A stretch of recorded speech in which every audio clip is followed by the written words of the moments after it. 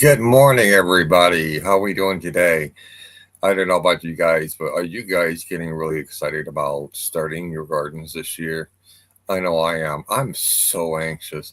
In fact, I went out yesterday with my wife and we went to doing some grocery shopping, and they had this big meat bundle sale going on. A lot of the stuff was marked down pretty cheap. So we got a whole bunch of meat for, really cheap, right?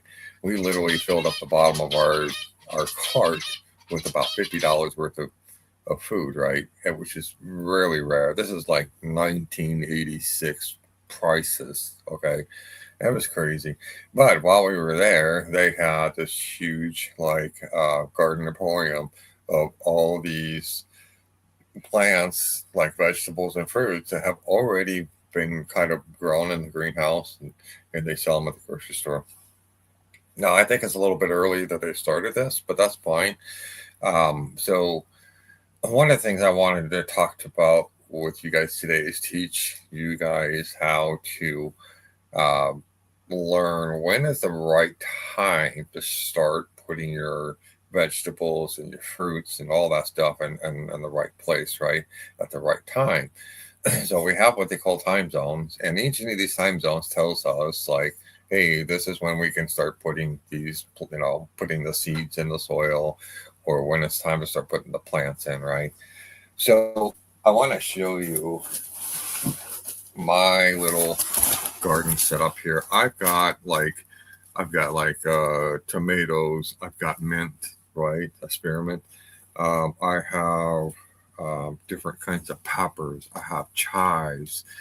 I also have different types of tomatoes. I got big boy tomato. I've got um, red. It's called a red grape. That's what it looks like, right?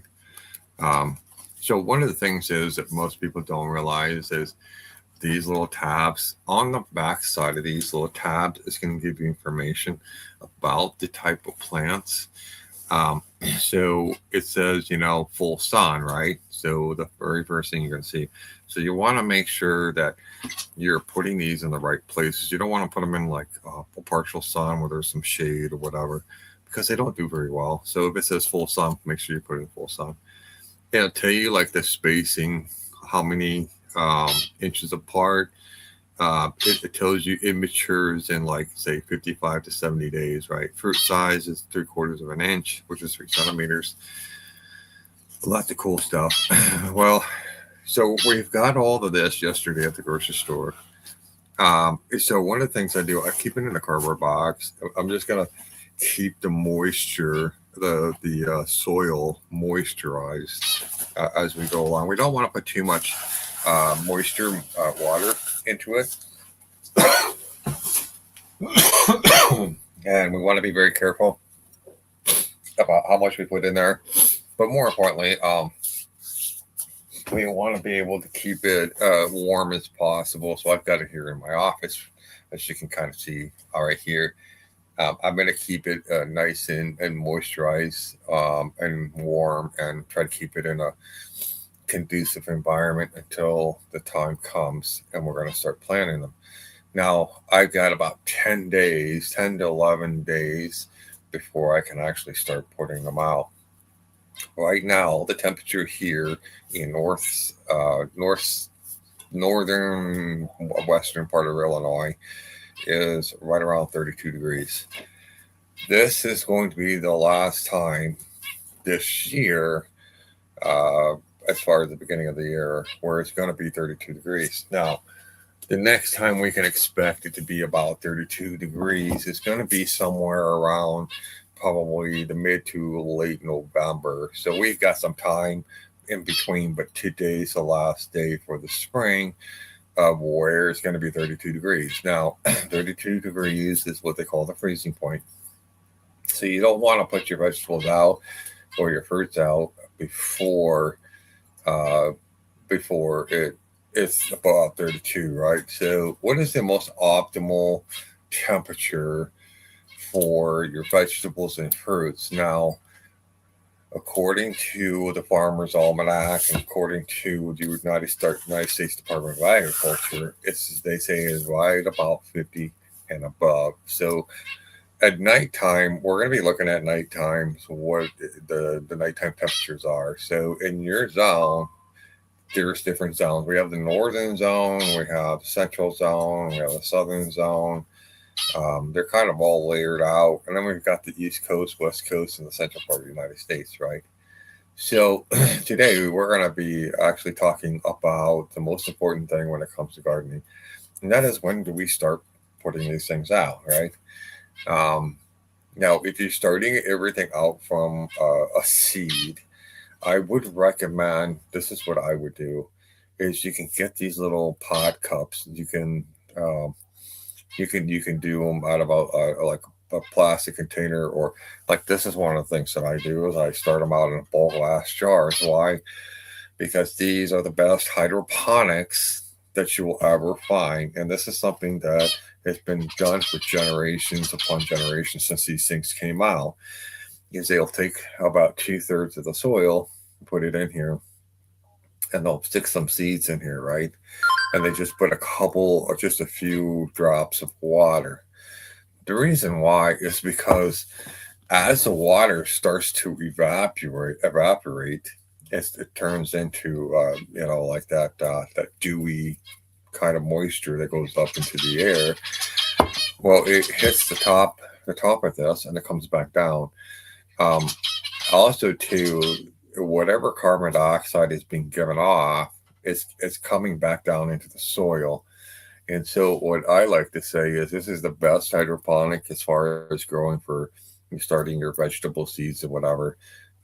Is just put them into a ball glass jar, put a couple drops in, and just seal the lid off, and just set it off the side where it's kind of nice and warm. And what we're going to see is where those seeds are going to start, right? They're going to start kind of rapidly because it's in a hydroponic little state of mind, right?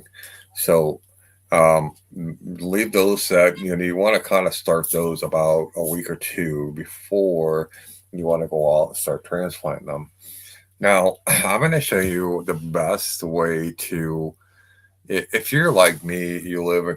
I'm a country boy, but I grew up on a farm, and one of the things is I live in an urban sprawl, so I really don't have uh, the amount of space to actually put a garden in. Now I could pay for the law next to me additional money just to be able to put a garden in, but I'm not going to do that this year.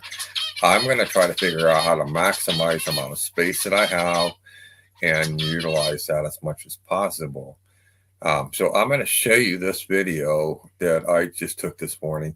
I'm going to show you my rig setup, and in this rig setup, you're going to see exactly how I'm doing this. You can grow multiple things at the same time at a very narrow space. You could do this on top of, like, your, let's say, like downtown Chicago, you got, or New York City, you got those buildings with the flat top roofs. They have all the birds and shit on there, right? Okay, so you can go up there, you can put these things in. Now, as far as, like, bird poop and stuff, don't worry about it. Bird poop is actually a really good fertilizer for a lot of your plants. You can actually utilize those. I like to do is take fertilizer and grind them up, dry them out, and grind them up into a powder and mix them with some ash, right? But then you mix that up with your soil. And then later on, if you need to give a boost, you can just take that and just put it in, mix it with water, right? Mix it with water really good. I usually use like a kind of a lukewarm water, put the fertilizer in, shake it up really good, let it set off for a day or two, and then take it, put it in the spray bottle, and then you can just spray it right on the base around your plants, and quite invigorating because you can give them that nutrients they need. So here's the setup I have here. I want to show this to you. I think it's kind of really important to see how to do this. So, especially like in urban areas where you don't have a lot of space where you can just till up the ground. So what you can do is set up a 2x4 contraption like this, And then what you're going to do is you're going to put your buckets on top, and you're going to fasten them right to the 2x4. Now, you want to remember it's going to need support, so you want to make sure you run a 2x4 underneath it to support the weight of the bucket.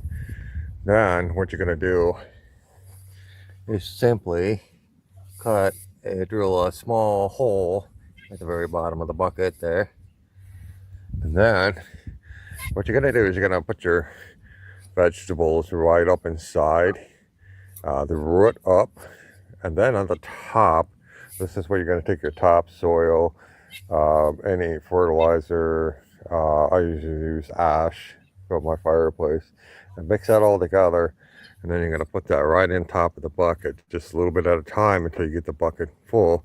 But you kind of, pack it as you go along, and that way it holds that, like the tomatoes that are hanging upside down.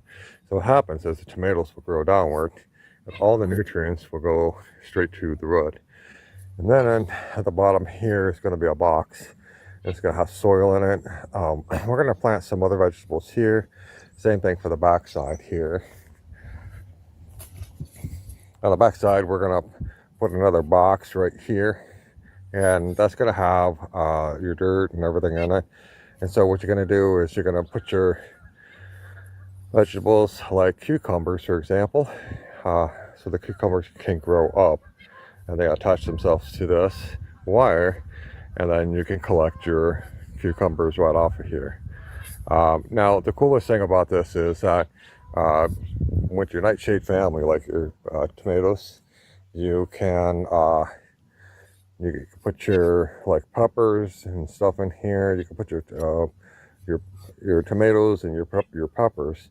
Now we're gonna fill each one of these little holes up, just like we did here, and that's where all of our not just our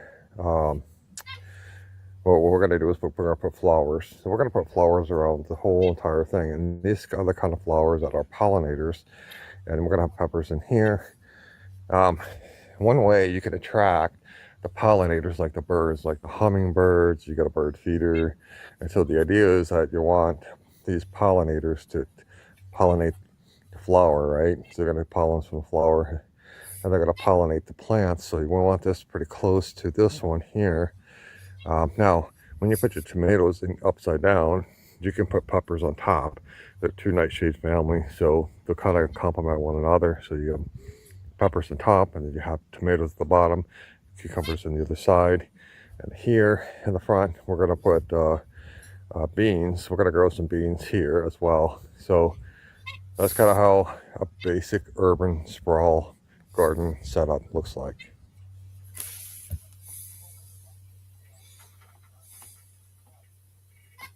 And so, yeah, that's how that's how ours. I should say my particular setup is going to be, as far as my garden goes and the way it's set up and everything. Um, but I am I may have a couple more little things that I might do just to kind of add to or supplement. But one of the big challenges, usually like in urban areas or even out in the wild, if you live out on the farm and everything else, this is one of the things that we did out on the farm when we had gardens. Um, so we would go and buy apple cider vinegar, and we get them kind of in a big quantity of them.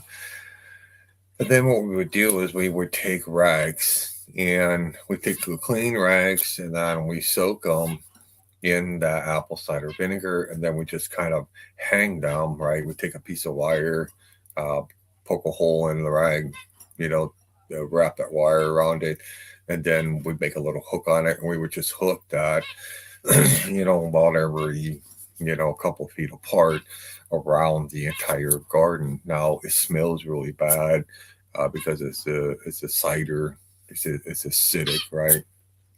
Now it's not going to harm your plants by having them nearby. It's not going to harm the pollinators. Like you got your bats, you got your birds, bees, and things like this. They are. It's not going to deter them. what it's going to deter is like your cats, wild cats in the area, your deer, your I call them trash pandas, right? Your raccoons, any of these things that tend to kind of eviscerate, say your garden, right? You want to have something that's more natural put up that's going to completely deter them from wanting to come over and eat your stuff, right? So what we do is we put out apple cider vinegar, dip them in rags, and take the rags and hang them up. Okay, and about every other day or so, we're gonna go out there and dip those rags again to keep them kind of fresh, right? Keep the smell sort of fresh to them. So usually in the evenings, this is when a lot of your animals start to come out looking for food, and of course they're going to go right to your garden and start trying to get into your garden. And this setup that I have is going to be able. I'm going to be able to maximize the amount of uh, the fruit bearing that I'm going to get out of these vegetables and fruits. Right. I've got some strawberries too that I'm going to be putting up. So I don't want the animals eating this, right?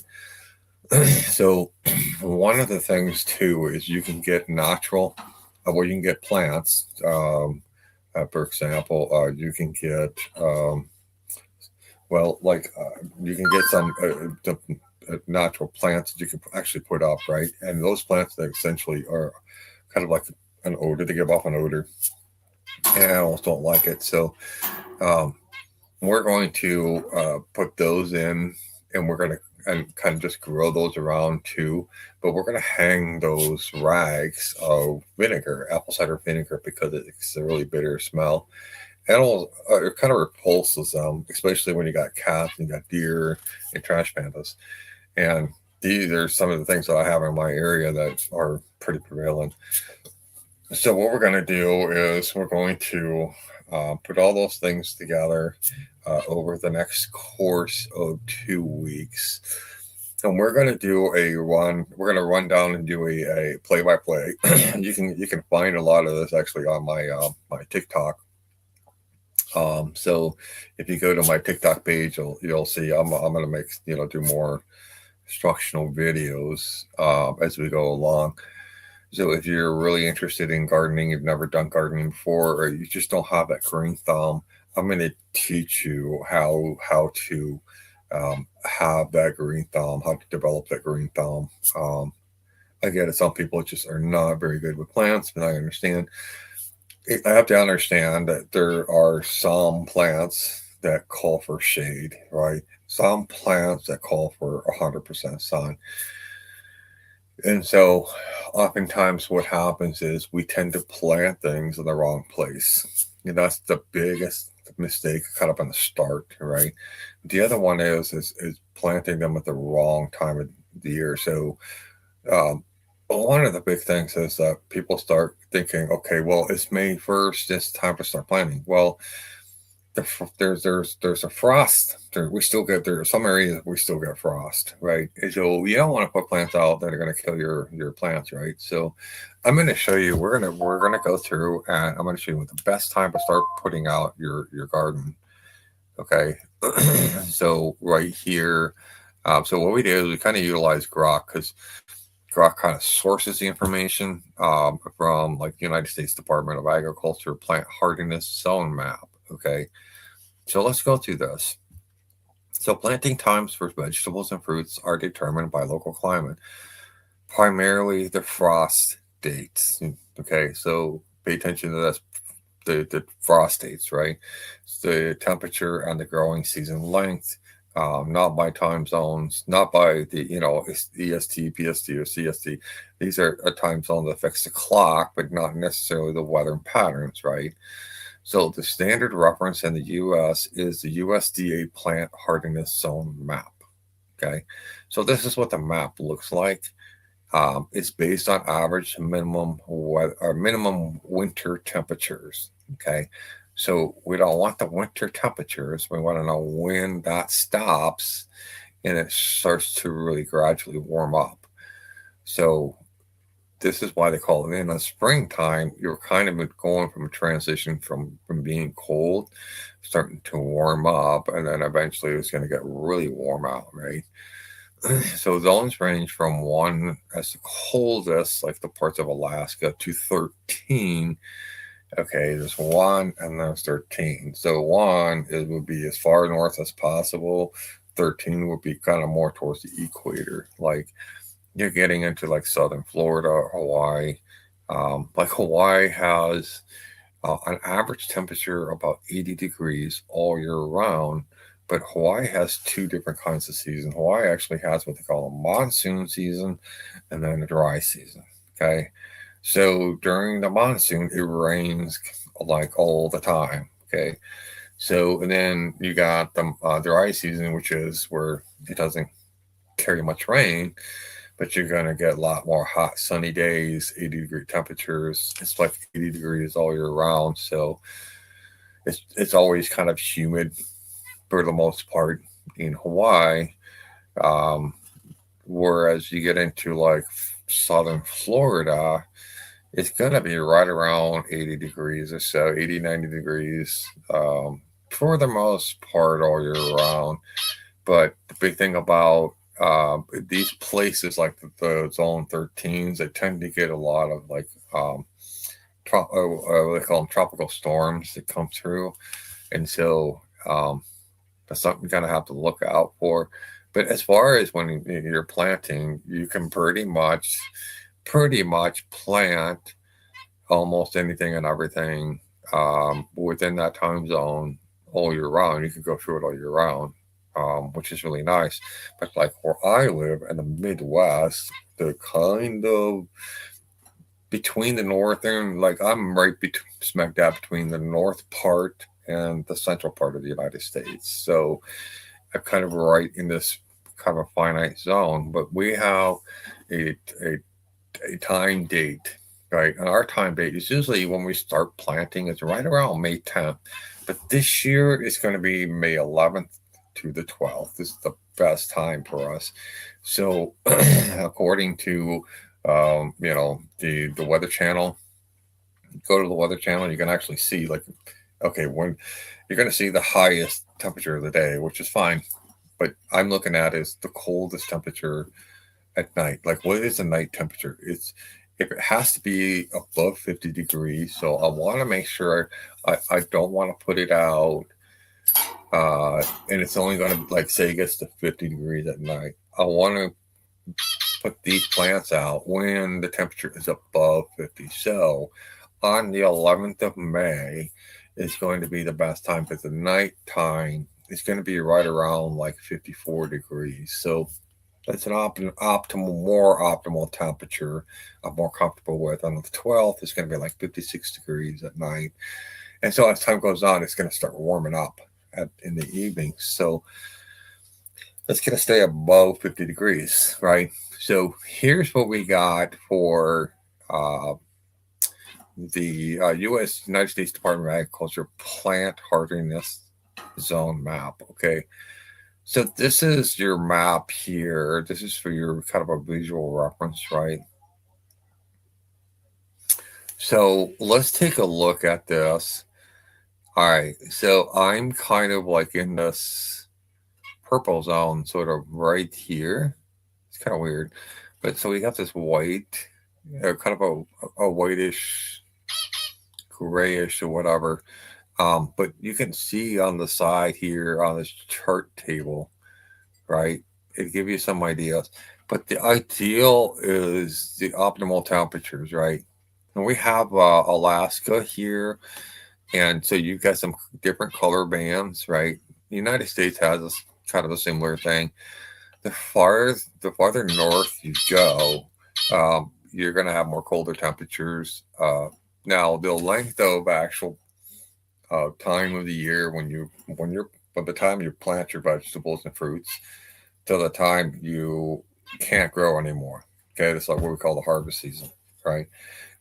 The that length of time further north you go, it gets less and less. So you might have like maybe 2 or 3 months. Okay, um, and the further south you go, like for example, like if you go down to the southern area here of Florida, or maybe even the southern part of Texas, okay, or maybe like in Hawaii, you're gonna have a much longer span. It could be anywhere from 10 months to 12 months out of the year. So you can plant stuff down there. It's going to be more optimal almost year round. And if you ever do get to the point where it is going to get down below 50 degrees for whatever reason, you can just simply cover them up. Okay. Um, I usually do is take a 5 gallon bucket and I just tip the bucket up. You know, if you're planting it on the ground, you can put the buckets right over the top of them. Okay. Other things that people do is they take these cages, they put the cages over them, and they wrap the cages in cellophane. Okay, and they wrap it all the way down to the ground. They spread the cellophane out just a little bit on the ground, and they cover that up with dirt. And then they cover the top with the cellophane. So basically, the cellophane is acting sort of like a conditional barrier where it's going to take the actual ground temperature is what's going to be feeding up inside of it, and so it's going to maintain, whatever the temperature is. So typically, if the ground is warm, the air is going to be cold. If the air is warm, the ground is going to be typically colder as the further down you go. So usually, the surface of the soil, you it want this is one of the things I always do is when I'm going to go and start planting things, I'm going to purchase. I'll show you here. One of the things I do is I actually purchase. It's actually a oh shoot, what did I do with it?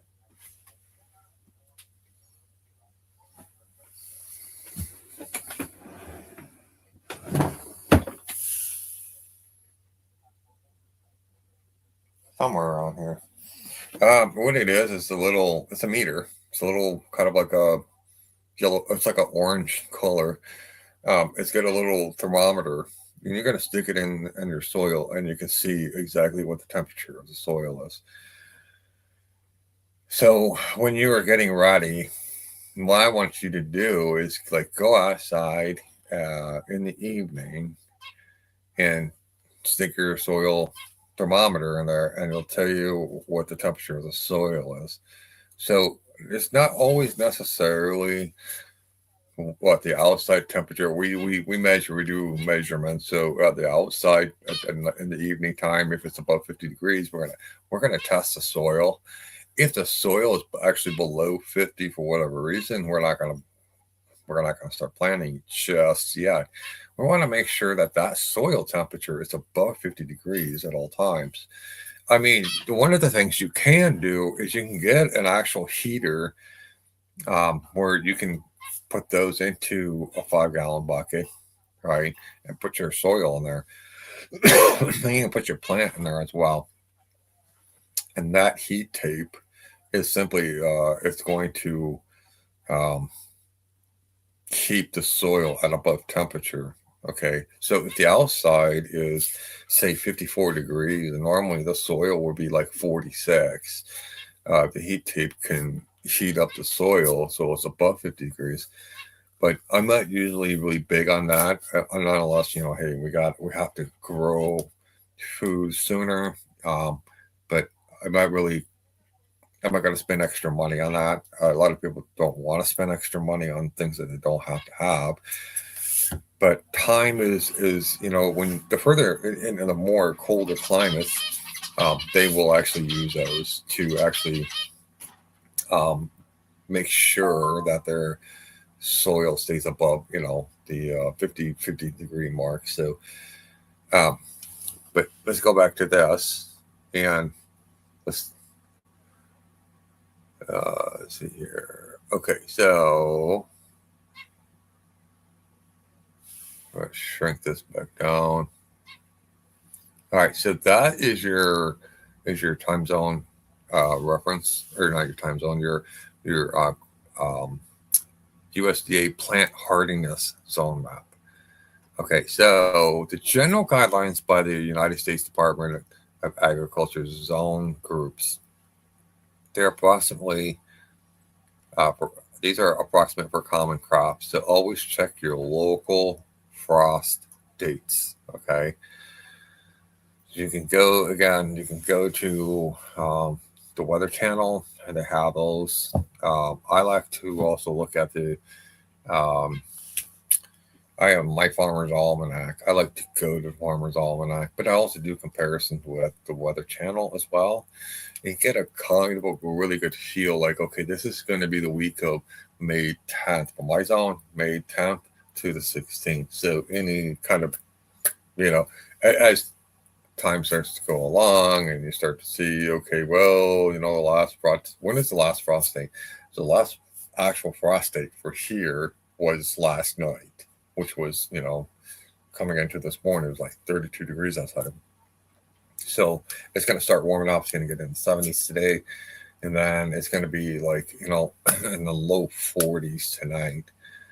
So over the next 10 days, I'm going to wait 10 days. And meanwhile, I'm going to keep my plants nice and kind of, steady and moisturized. And so this way, the plants are ready to go.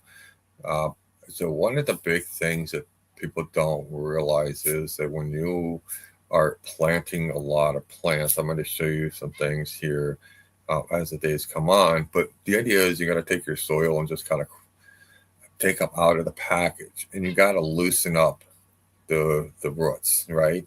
You got to loosen them up, kind of like when you're getting ready to lift weights. You got to loosen up your arms, right? You got to loosen up your muscles, right? Same thing with the roots of the plants. And then what I usually do is I take them and I just kind of dip them in water, right? Take a ball glass jar like this, you fill it up with water, and you stick them in there, and just wait a few minutes, and then pull them out, and then take it over, and then stick them. You're gonna dig your little hole, and you're gonna stick them in there. You want the bottom of that plant where it shows green to be above the ground. So when you're packing it, just make sure you don't pack it too hard, but just keep that. You want to keep that stem above as much as possible, but you want the roots to be well covered. Once you get that all settled in, it's going to take about 5 to 6 days for the roots to start get acclimated with the soil, and it's going to start eating the nutrients from that soil as well. So you want to make sure that your soil is nutrient rich before you start putting your plants in. All right, so now we're gonna cover specific zones here. So zone 1, 2, 3. This is the northern part of the United States. Okay, like Alaska, the short frost free period is between 90 to 150 days. Okay, so that means there's only 90 to 150 good days to grow your plants. Um, Otherwise, a lot of times people will have greenhouses. They will take that time and build build themselves a greenhouse that they can grow the fruit all year round. Um, so focus on cold hardy, quick maturing crops. Plant cool season veggies as soon as the soil is workable. So late May to June, you want to use season extenders like row covers, cold frames. Warm season crops need to start indoors like 6 to 10 weeks early. Okay. So cool season veggies are like lettuce, spinach, kale, peas, radishes, carrots, beets, broccoli. You can sow outdoors in late spring. Warm seasons, tomatoes, peppers, squash, and beans start early indoors and transplant after the frost, which is in June. Okay, so choose early varieties. Now, as far as fruits go, hardy berries, apples, cherries, plant trees and shrubs in the early spring or fall. Right, so early spring or fall. Now, zones 4 through 6. It's a moderate, much of Northeast, Midwest, Northern Plains, Pacific Northwest. It's a good balance. Last frost is going to be between April to mid May. Okay, so April to mid May, and we're kind of in that zone there. We're kind of like right on the edge of it. So, so mid May is going to be right around the 15th to the 16th of May. Um, so you want to again go. You want to pay attention to the last frost date. They usually on the Weather Channel will give you a 10-day and show you like what's the temperature in the evening for the next 10 days, and go by that, and you get a really good idea. Okay, well the last frost date is going to be uh, let's just say the last frost date is going to be on the evening of or early hours of May 2nd, right? Like which is what's here. So in the evenings over the next, you know, I would say the next 10 days, um, coming up to about the 11th to the 12th here, it's going to be above 50 degrees. So when we think of last frost date, right, it's not just necessarily at 32 degrees, but we considered our last frost date above 50 degrees, right? So above 50 degrees is going to be right around the 11th and the 12th of May at this particular time zone, which is time zones 4 to 6, um, which is kind of where we're at. We're right between 4 to 6, and then there's zone 7 to 8, which is your longer seasons, which is Mid Atlantic, South, parts of the West. Okay, so let's focus on zones 4 to 6. So the first frost is going to be between September to October. It's actually been right around like between October 30th, 31st to like the second week of November, right? It's been kind of like when you get to the end of October, it starts to cool down, but it's not really necessarily frost season just yet.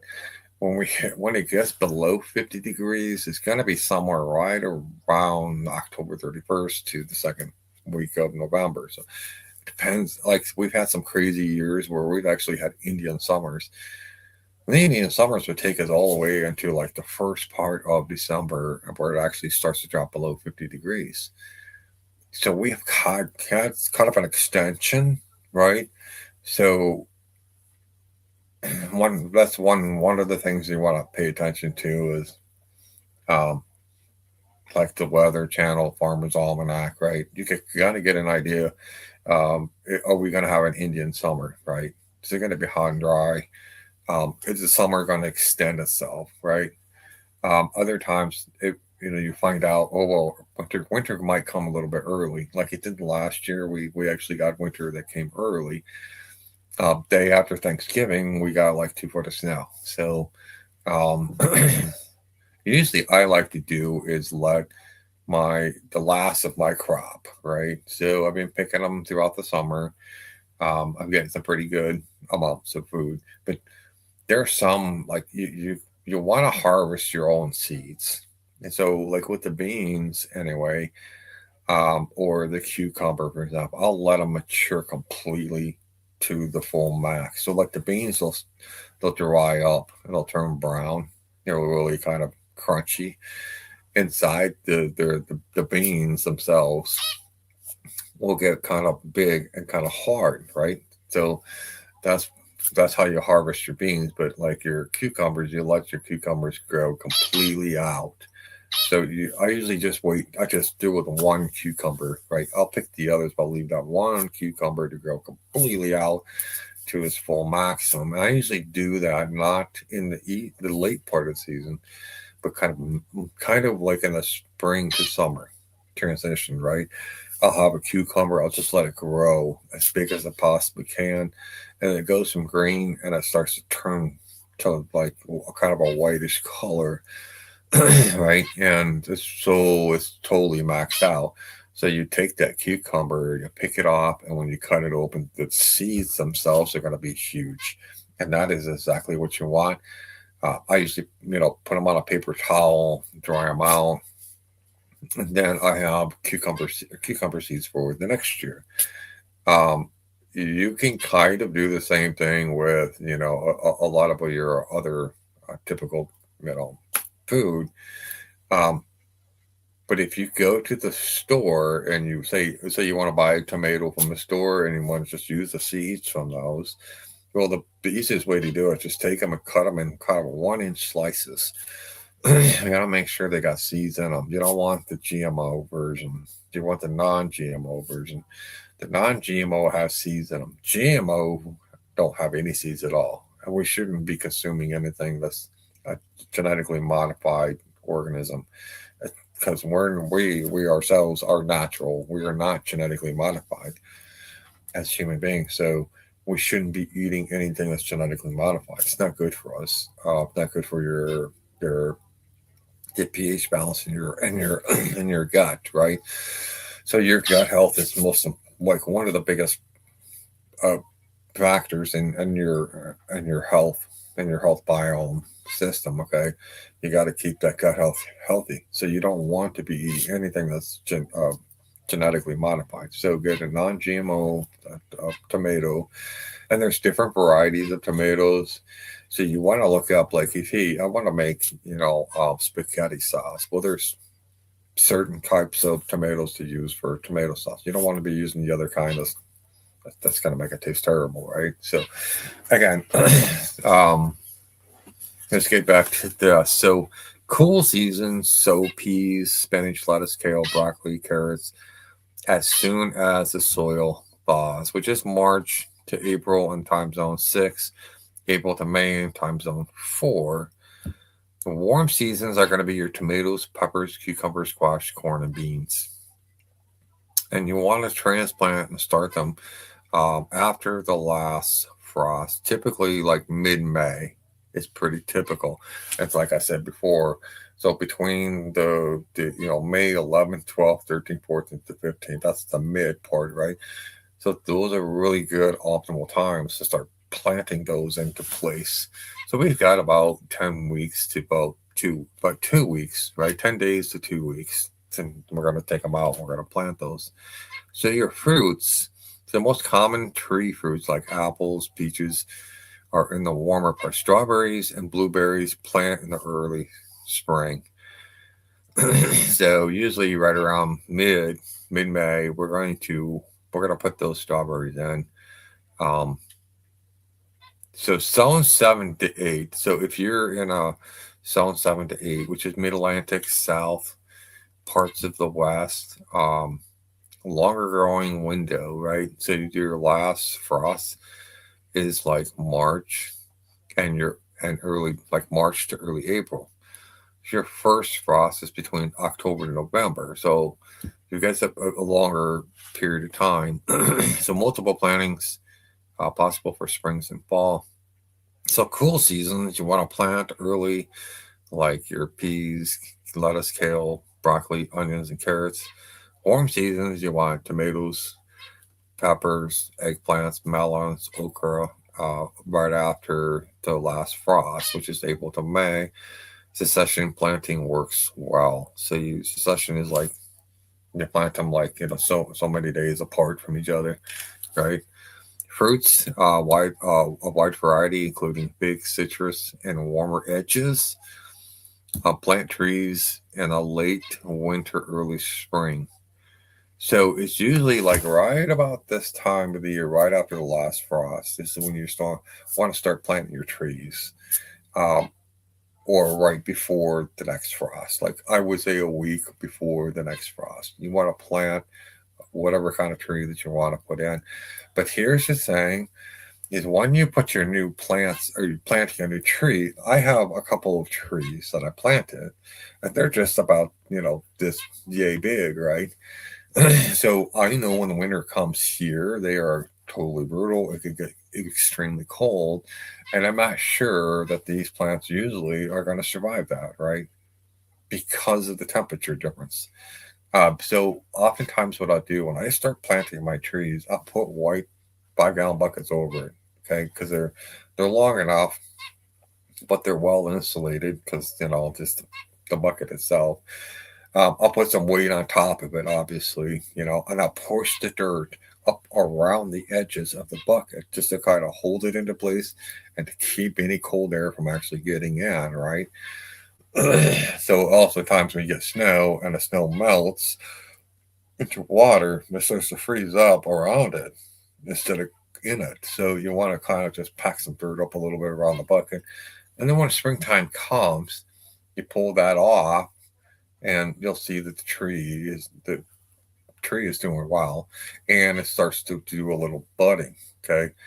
Um, the coolest thing about it is that when you're using the bucket, it's also creating a little, kind of little hydroponic atmosphere. So the soil is actually a little bit warmer. It's right about around 50 degrees to begin with when you put the bucket over. When it gets really, really cold out, it actually stays kind of warm on the inside. And so plants give off, well, plants give off oxygen, right? And so you're going to have carbon dioxide that's coming out of the soil as well. And so it's a circulation, and you've got moisture that kind of recirculates itself. And so it's naturally feeding the trees when you use, say, a 5 gallon bucket that's placed right over it. So as time goes on through the whole summer, it starts to grow. I would say once it reaches about knee high, I'm not going to do any more wrapping. Okay, because by then the I have to understand how the root system works. So the length of the roots actually go down about the same distance as it is from the tree that is from the ground up. So if it's about knee high, the soil, the roots themselves are about knee high deep. So they've got a pretty good grip, and they're moving down further into areas of the dirt where they're a little bit warmer during the winter time. And so they kind of got the natural sort of balance. But at the same time, the roots are reached down far enough where it's actually able to grab all the nutrients that it needs, especially like with water and the nutrients themselves. So usually about knee high. That's kind of the general rule. We don't do any more coverings. So when winter comes, it's going to survive the winters, right? So, but one of the big mistakes a lot of people make is they plant trees in, say, like the northern region. They're like, hey, let's plant a peach tree up here. Well, peach trees don't do very well in our climate. So even in the winter time, even the tree, let's say you've grown this tree up, 12 feet tall. The problem is when it gets really, really cold, there's no way to really wrap those trees up. I mean, you could spend a lot of money buying cellophane and trying to wrap up the tree, right? Um, here's the problem. Um, when it gets really cold here, like it can get like 20, negative 25 in the wintertime. And so it's not really, these peach trees are um, they're not hardened for the cold climate. So planting like a peach tree up here is not an optimal idea.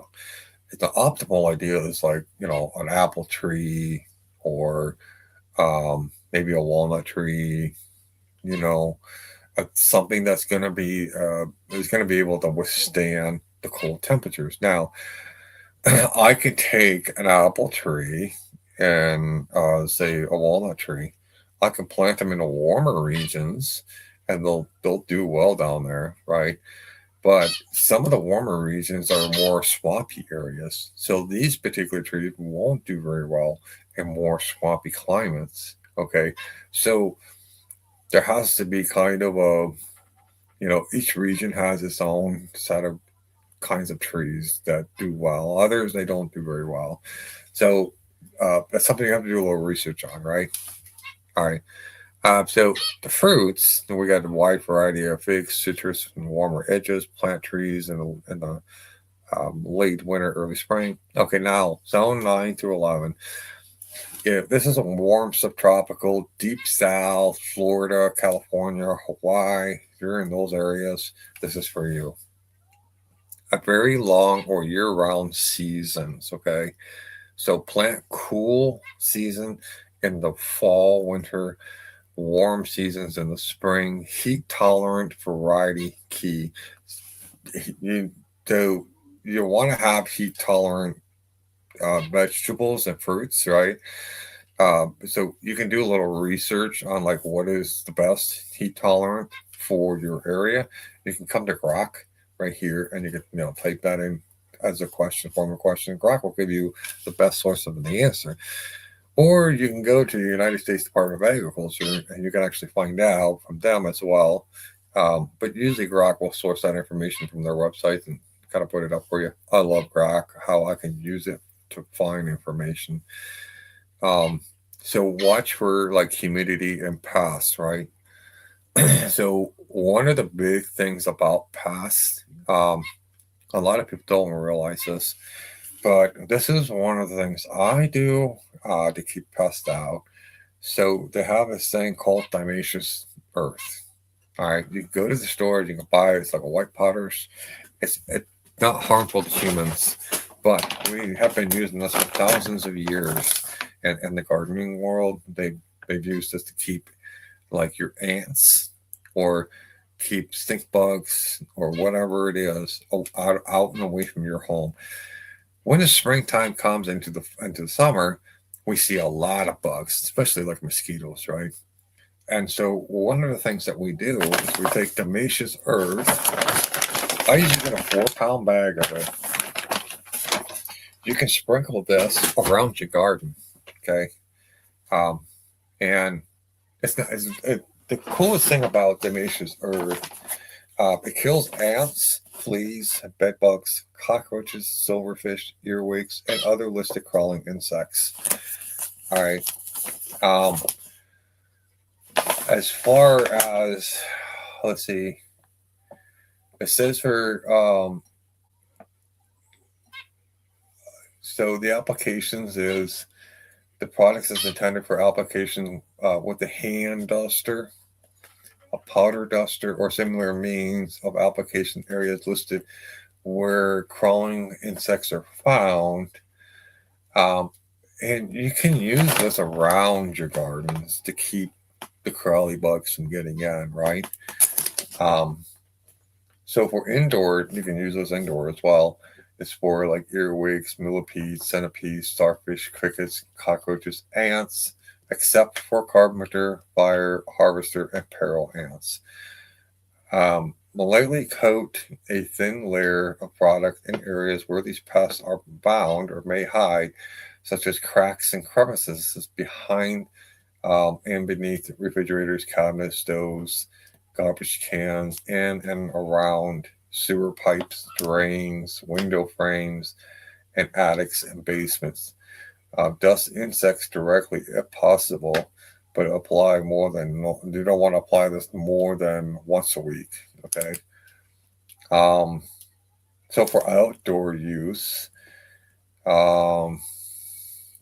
lightly coat a thin layer of products in areas where these insect pests are found, such as patios, windows, door frames, and outdoor stills. Dust around the foundations, around the ant trails, okay, and around sewer pipes and drains. Apply no more than once a week. So I usually take I take my little duster, I put it in there, and I just go around the foundation, the outside of the house, right? And then if there's any cracks, I'm going to seal them up. All right. So this works really great for like around your garden as well. Where the grass starts, you can just, dust that. And that's going to keep a lot of the bugs from getting into your garden. So we got quick tips for vegetables and fruit. So cool season crops tolerable to light frost, leafy green beans, brassicas, which like broccoli and cabbage, roots are like carrots and beets, and peas early in the spring or fall. So warm season crops, right? So frost sensitive to like tomatoes, peppers, squash, cucumbers, beans, corn, and melons. You want to plant them after the soil is between 50 and 70 degrees. So I would say just above 50, right? So I know that here we are in the 5A, 5B zone. So we're going to be planting them right around May 11th. Okay, so May 11th, we're going to be putting them out. But the evening of May 11th into the May 12th is going to be above 50 degrees. So that's the best optimal time to put these uh, types of crops out, right? Fruits, like most fruit trees, berries, plants in dormant season, late to fall, early spring. Strawberries, often in the early spring. We can kind of check that as I usually like to put them in soil when they're like 50 degrees or above.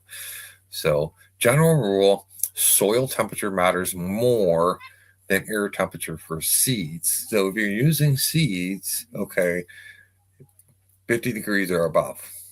All right, general rule, 50 degrees or above. That's when you want to start putting your seeds out.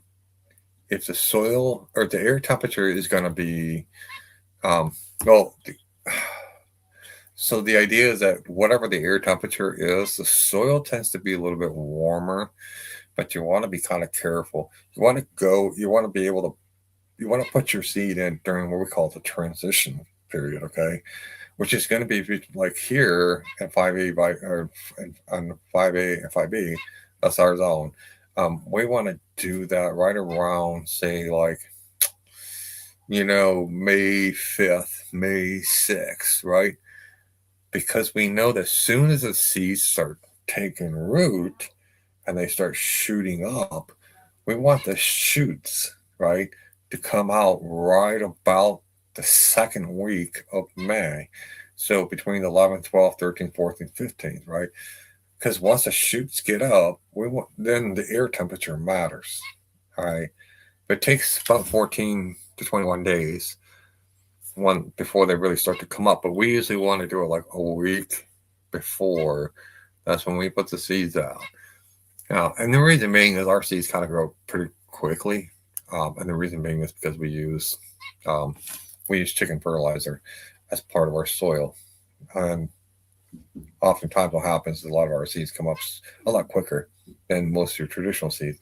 Now you can start growing your seeds like I did in a bulk glass jar inside of your home, and you can do this 2 weeks before, right?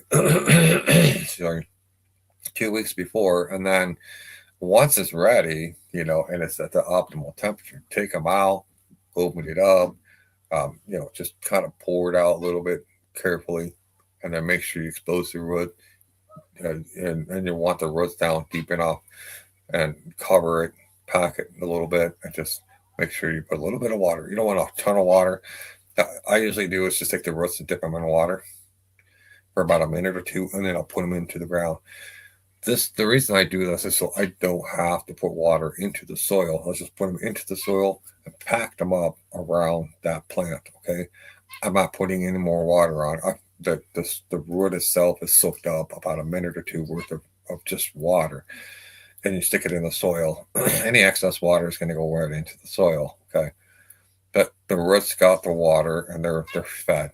Okay, you don't want to overfeed them with water. So, but again, general rule, soil temperatures matter more than air temperatures when it comes to putting in the seeds. But you want to make sure that transition period, you want to make sure the air temperature in 2 to 3 weeks is still going to be at this cold, below 50 degrees, right? So I usually like to do like 1st of May, like first week of May or whatever. Put your seeds out and stuff. That's fine. But then again, I just caution, timing matters. So when you know the date, so I know that on between May 11th and May 12th, the evening temperature is going to be above 50 degrees. So it's going to take 14 days for these seeds to really start to grow, right? So here's another thing too. When you're putting seeds out and you're planting seeds in the soil, one of the big things I tell people is this: your number one enemy is going to be birds. Birds love seeds. Okay. So what I always do is I cover them up. Okay. Um, like you see in the video, I have like an L-shaped cement block, about two cement block high, but there's kind of an L shape, right? So later today, I'm going to go out and I'm going to continue to work on filling that up with the soil and the nutrients and everything else, right? So once that's all in there and I start to put the seeds on, here's the kicker to all this. You want to cover them up, right? You want to have some kind of deterrent, right? So one of the ways that you can do it, and if you've got a bunch of old boards laying around or whatever, put these old boards over across the top of it, so birds can't get to it. All right, but I would say within like 7 days, go out there and then pull the boards up and look, and if you see them coming up, right, then you're good to go. You can take the boards off, uh, let the plants grow. Because by this point, the birds are not really going to be interested in it. They're more interested in the seeds. So once you put the seeds into the ground, the birds are watching. Okay, if you're not covering them up, they will literally pick the seeds out of the soil. They peck into the ground looking for it. Okay, they're your biggest enemy. I would not suggest putting bird seeds out near where your garden is as well, because you're attracting the birds right to your garden. So that's a big no. You don't want to do that as well. Um, but just make sure your stuff is covered up when you're putting the seeds in. Something hard, you can put like boards, old boards or something like that, or if you get like tons of like 5 gallon buckets, put your buckets right over it, put a little brick or something on top. This way the animals can't get to it, right? The buckets will actually provide space for it to grow, so you go 21 days, then just take the bucket off. But then you got a nice bushy plant growing, and then you go back and put your you can take your nutrients, right, like your fertilizer, and mix it in and into water or whatever. Or I usually use it. That I usually do that. Like with my nightshade family, I usually wait when they start to get a really good bushing. I like to do is take uh, your milk.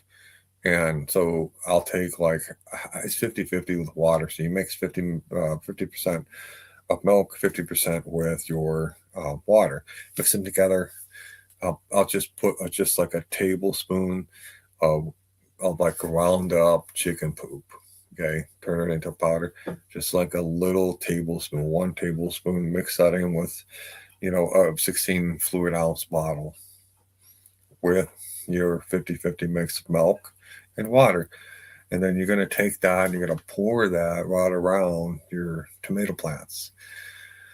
So you got, peppers growing on top and tomatoes growing on the bottom, perfect. You just pour that right into the soil and it will evenly distribute throughout the entire soil. And I usually 16 ounces of liquid for every 5 gallon bucket. Okay. And you just do it once every month, once a month. So you don't need to do any more than that. What's going to happen is the milk itself is full of calcium, and you want calcium going to the roots of your peppers and your tomatoes. Those are nightshade family. Okay.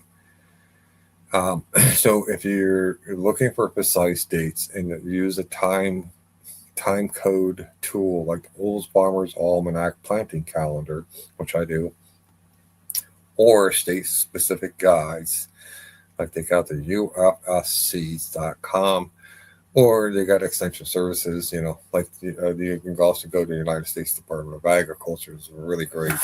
The USDA usually kind of use the same model as a lot of what the Farmer's Almanac does. Farmer's Almanac has been around for over 100 years. They've been the best experts when it comes to what kind of seasons we're going to have. Especially if it's going to be cold, if it's going to be wet, it's going to be dry, lots of snow or no. So Farmer's Almanac is a really great tool to use, especially when you're looking at, trying to figure out what you want for gardens and stuff. So, um, other than that, I'm going to show you my basic setup once again. Um, how I do my gardening, especially when you're in an area where we don't have a lot of ground space. But we're going to be kind of adding on a little bit here, a little bit there as we go along. But just keep in mind that um, the biggest problem is how much sun you're getting. Like some plants, they don't do well in areas where there's a lot of sun. You need some shade. Other plants do very well in shaded areas. So oftentimes your nightshade family, you need a lot of sun for those. Others, you just have to look at your home. You have to look at your area. You know, um, try to. I usually like to use my closed circuit television cameras. Right, I can actually. My house runs east to west, so when the sun comes up over us, right, we don't have a lot of windows exposed to the north and east, or to the east and west, right? So we have like shade. We have a roof that goes stunts over the side of our house. So we have, um, I call it like the sun or the shade line, right? So we see where the shade, where the sun hits, right, and it hits the edge of the roof, and the edge of the roof, we got this little space here. Okay, so as we get into the colder seasons, the sun is coming up further to the south of us. So on the north side of my house, that line starts to really kind of extend out, right? It could go, I would say, 10 to 15 feet out. So we get more shade on the north side in the wintertime. When the summer comes, it's almost like the sun is set to rise exactly right over us. Right around 4th of July is perfectly right above us. And so we have like maybe between 2 to 4 feet of shade on both sides of the house. So anything on the outside of that, that's 100% shaded area or 100% sun area. Yeah, sun area. Now, if you got trees uh, in that vicinity, you got to kind of look at that too, because trees do provide shade. And if you need an area that needs to have 100% of sun, well, that tree is in that particular area is providing shade for more than half of the day, and that is not the exact area where you want to have your your setup. Okay, um, so you want to have it where it's a lot of 100% sun, so it may not be where the tree casts that shadow. Okay, so um, but other than that, I'm going to show you this video again, how I do my setup. But I would love to hear back from you guys as well. What your thoughts are? What kind of setup do you guys have? I think one of the most biggest things about is creating these victory gardens. I'm a big supporter of victory gardens. Um, One reason why is so that the corporation can't control what we eat. We should be not only growing our own food, we should be harvesting the seeds that come from it, and then you can use those seeds for the future. I oftentimes like to harvest a more than enough seeds. The reason being is because so in the future, um, I don't know. Let's just say something happens, and uh, we can't get access to seeds anymore to grow food for whatever reason. Well, I will have more than enough seeds, not only for myself, but say for fellow neighbors, right? So seeds are going to become um, seeds are going to become a big commodity. So the idea is that, hey, I want to support um, maybe a lot of what's, in the gardening culture, right? So seeds are going to be the best gift that you can give somebody is you give them seeds, and they can use those seeds to grow their own food. But I think a big part of our culture today, the problem is not enough people don't really have green thumbs. And the reason being is because they stopped teaching kids in schools how to grow a garden. And I think the schools should bring back gardens, right? Bring back the gardens for the kids, teach them how to grow food, teach them how to create life. And with that, these kids will grow up and they will say, well, we learn about conservation. Okay, we learn about what to grow, where to grow, when to grow them, and when it's time to harvest them, right? And what we shouldn't have in this area. Learning not to use pesticides and herbicides because it's very dangerous. Um, don't use any kind of glyphosate, right? We're going to do everything naturally. This is how we do it. This is how we produce the biggest yield of crops of food without ever having to use any of this genetically modified chemicals, right? Or seeds for that matter. And we get back to eating and living healthy and more naturally. And we could teach other people. And then the idea is to teach on future generations how to grow their own food, right? Well, we need to bring that back to the schools. Uh, I'm a big fan of the government giving grants to, say, high schools or middle schools, right? Or even elementary schools to grow gardens. These kids can use the gardens to grow food and they can donate the food to local pantries. Um, and let's get back to having cooking classes. We teach kids on how to make homemade spaghetti, how to make their own food. I think those are the most basic elemental classes that people need to learn how to do. When you can do things for yourself, well, over time, what happens? You don't need to ask for help, right? So you can learn how to do something and be self sufficient. Self sufficiency is the key to a living well. It's not always rely on everybody else to do everything else for you. That is all. That's one good thing to learn, but more importantly, when it comes to your own stuff, self sufficiency is where it matters the most. It's knowledge. And that's some of the things I will be covering for my content coming up here. Not just my music, but I will also be covering on DIY tips, when to start planting, how to start planting, maybe some rig setups like this next video I'm going to show you here. Um, and other ideas that you guys might have, you may want to share.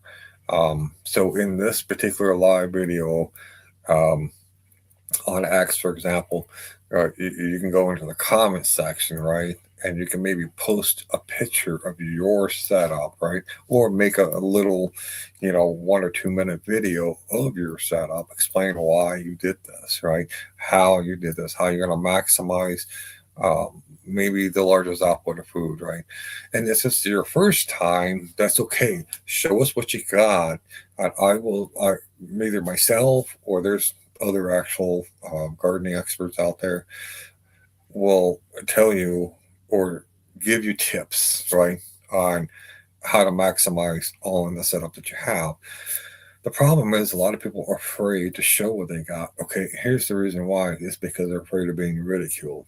Okay, my job is not to ridicule anybody, but show me what you got. I will comment on. I'll give you any kind of pointers. And one of the things you can do is you can take your picture, your setup, go to Grok, and put that into Grok, and then ask Grok how to maximize the output of my vegetables or my fruits in this particular setup. Grok is going to give you some ideas, right? It's not exact science, but it give you some great ideas. Okay, but there are multiple ways to do different setups. I actually have a book out there. It's called the Survivor's Bible. It gives you different types of setups, like different types of gardens, different ways to do different things, right? To maximize your setup, get the most out of what you want out of it. We have 3 people that live in my house, so we don't need a huge garden. to feed us. We just need enough to get us through for 12 months, right? So while we're growing the food, we having enough food, right? And then during the time when we don't have, when the growth production stops, and then until we start to have fruit again, it comes from it, right? So we need to have enough food to get us to that point, especially like fruits and vegetables. Um, we know that canned vegetables are what they call ultra processed foods, and they're not good for the human body. And so much of us have been forced to eat this garbage for so long, and people wonder why they have health problems, why they're getting cancer, why they're all these different things are happening. So if we can grow our own food and make it to the point where we sustain ourselves all year round, knowing when to put it out, how to grow it, how to take care of it, maintain it, right? That's a huge, big, huge part of this whole the whole system, right? The whole ecosystem that you're trying to create to grow food. And if you don't have the green thumbs, we're going to help you along the way. I'm actually going to start a community right here on X, a gardening community. And on this particular show, we're going to be covering any questions that you guys might have in that community. So we're going to be using the hashtag Freedom Gardens, okay, um, or Liberty Gardens. All right, so Freedom Gardens or Liberty Gardens. Well, we're going to use Freedom Gardens, but Freedom Gardens. So the hashtag, and then you can post your pictures. You can ask a question or whatever, and we'll get back to you as quickly as possible. We'll give you the best answer as possible based on real time science that we know, our experience as well, and try to help you guys maximize the best amount of yield that you can get out of it, right?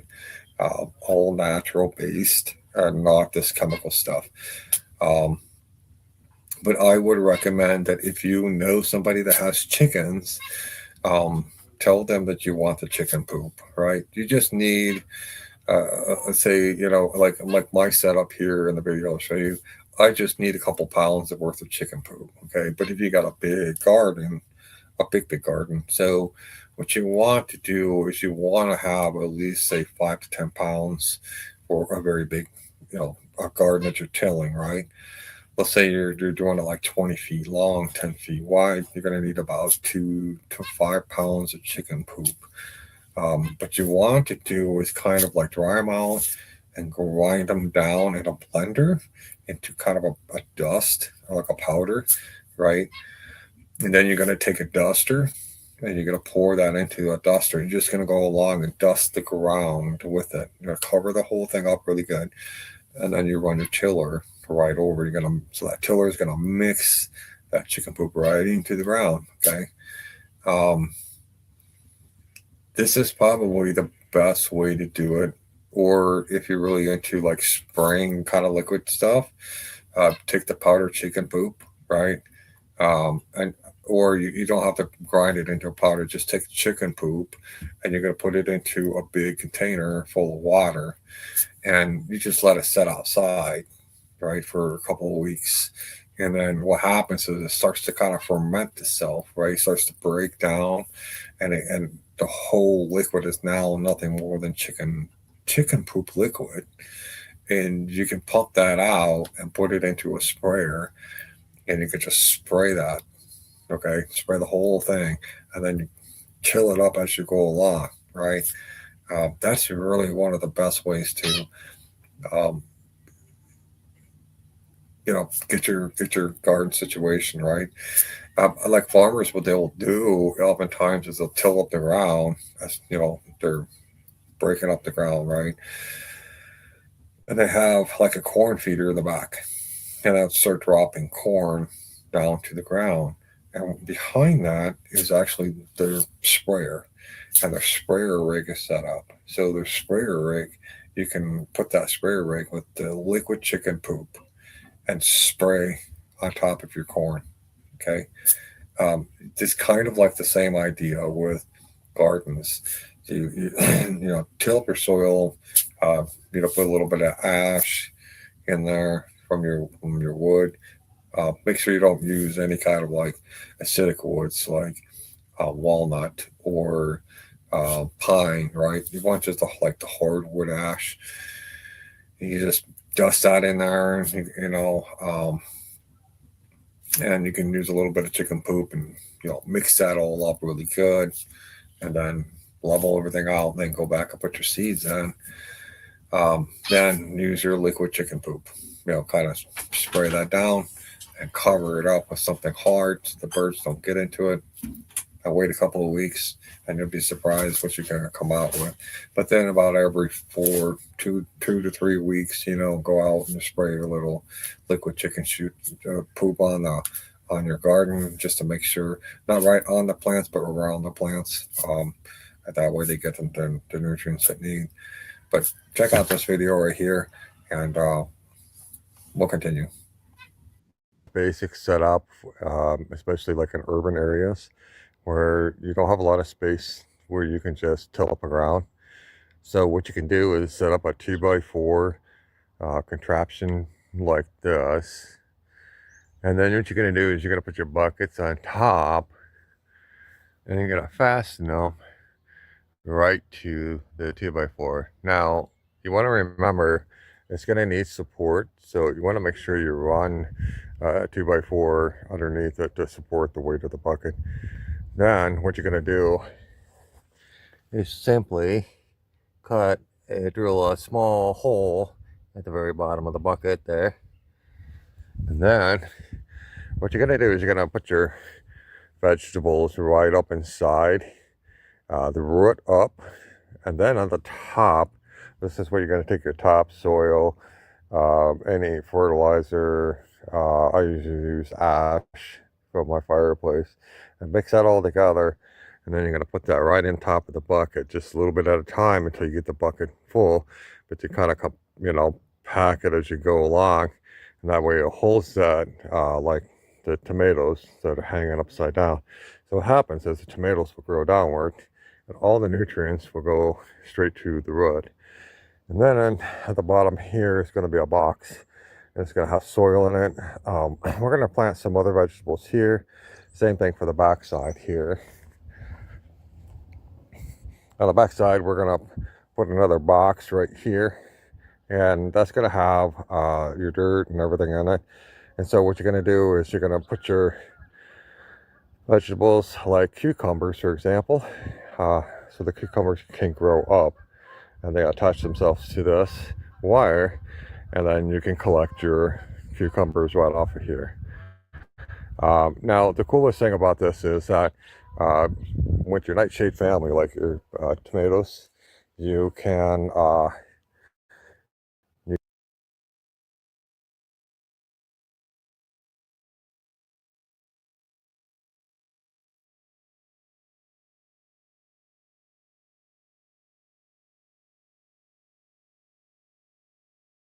put your like peppers and stuff in here. You can put your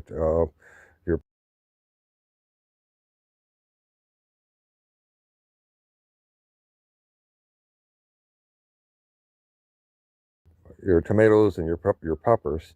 Now we're going to fill each one of these little holes up just like we did here, and that's where all of our not just our what we're going to do is we're going to put flowers. So we're going to put flowers around the whole entire thing, and these are the kind of flowers that are pollinators. And we're going to have peppers in here. One way you can attract the pollinators, like the birds, like the hummingbirds, you got a bird feeder. And so the idea is that you want these pollinators to pollinate the flower, right? So you're going to pollen from the flower, and they're going to pollinate the plants. So you want this pretty close to this one here. Now, when you put your tomatoes upside down, you can put peppers on top. They're two nightshade family, so they'll kind of complement one another. So you have peppers on top, and then you have tomatoes at the bottom, cucumbers on the other side. And here in the front, we're going to put beans. We're going to grow some beans here as well. So that's kind of how a basic urban sprawl garden setup looks like.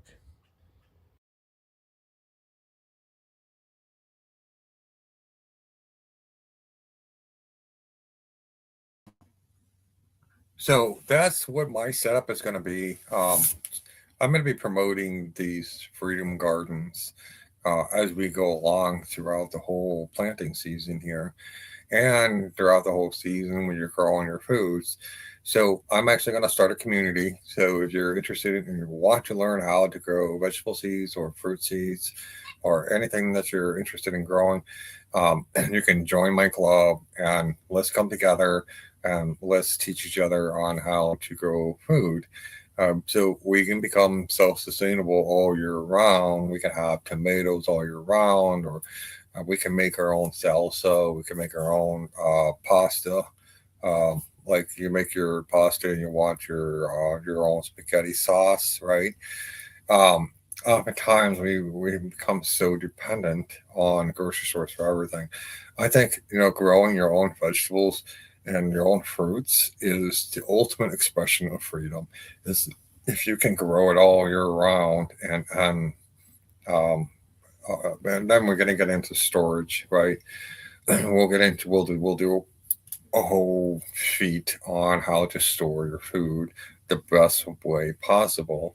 And one of the big things that people make mistakes when it comes to storing food is they always they kind of well. I'll give you a good example. I use a lot of or ball glass jars, right, to store my food. I do a canning process, which I can them, right. I want to make these shelves stable. I don't want to make it. I don't want to, rely on a refrigerator fridge for everything. Okay, so the idea is I want to be able to make stuff. Okay, I one of the biggest things I love to do is to utilize my crock pot and use a crock pot to make almost everything. Then I can put them in here and make them shelf stable, and they can last for like a long time. So the idea is you want to label these. You can get these little stickers. You can put stickers on there. You put dates on there, right? Put what it is, and then put the dates on there. And you can peel the stickers off if you want, or a lot of the time I just put them on the lids. Okay, but sometimes some people like them where they have the shelves. They stick them on the shelf. They want to have the labels in the front. You can do that right here. Um, I one of the things that I'm actually going to be doing this year is taking chalkboard paint. Okay, I'm gonna I'm gonna make a big spot right here with chalkboard paint. You can put some tape around it to get kind of a shaping that you want, but chalkboard paint on it, and you can use chalk, and you can just you can get markers, right? They have like certain kinds of markers, chalkboard paint markers, and you can write whatever you want on there. And then when you're done, once you use this, you can just wash that off, right? And you can just reuse these ball glass jars over and over again. There's like lots of different ways to do this, but ultimately, that's how. And that's kind of what my main goal is to get everybody involved as much as possible. Let's grow these freedom gardens, and let's grow as much food. Let's share pictures on how our setups are, our manage, and a lot of it is management too. So management doesn't have to be arduous. It doesn't have to be hard. Um, so I'm going to show you guys how to do some management in some short videos. I'll be uploading my TikTok videos on this as well, and I'll post it right here on X and post it on YouTube as well. So that's what my content is going to be. It's all about creating freedom gardens, and I would love for you guys to join me. Um, Now, for those of you just are coming to the end of this, you can go back to the beginning. I'll show you everything that I've discussed this morning. Is all about planting at the right time of the year. So, and then we also got into a video that I showed my setup, and you're more than happy to post in the comment section maybe a picture of your setup, or if you don't know and you're new to this, you can reach out to me. Give me an idea of how much space you have, and I'll give you some ideas of some setups that you can utilize to maximize the amount of vegetables and fruits that you possibly can. But until then, thank you guys for watching. Please feel free to share. Um, let's start this whole uh, freedom garden idea. We can get more and more people to grow their own food, and not have to rely on the corporations for everything. I don't know about you, but I'm not a big fan of genetically modified or over processed foods. It's not good for our stomachs, and I like to eat healthy, I like to feel good, and hopefully we can get this country on the right track and get back to being self-sufficient once again. So again, thank you guys, and God bless you, and hopefully we'll see you again soon.